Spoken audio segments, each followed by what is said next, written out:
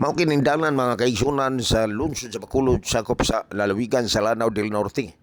Ang naasindalan na gikalipay kayo sa mga biyahista gumikan kay 4 lanes. Dili pa naghuot sa mga sakyanan panahon sa kapunon bisan pa sa kabuntagon o sa kauntuhon kung lumalabay ni.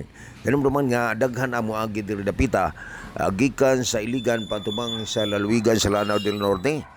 Din sa lalawigan sa Lanao del Norte patubang dito sa kining Iligan o Cagayan de Oro.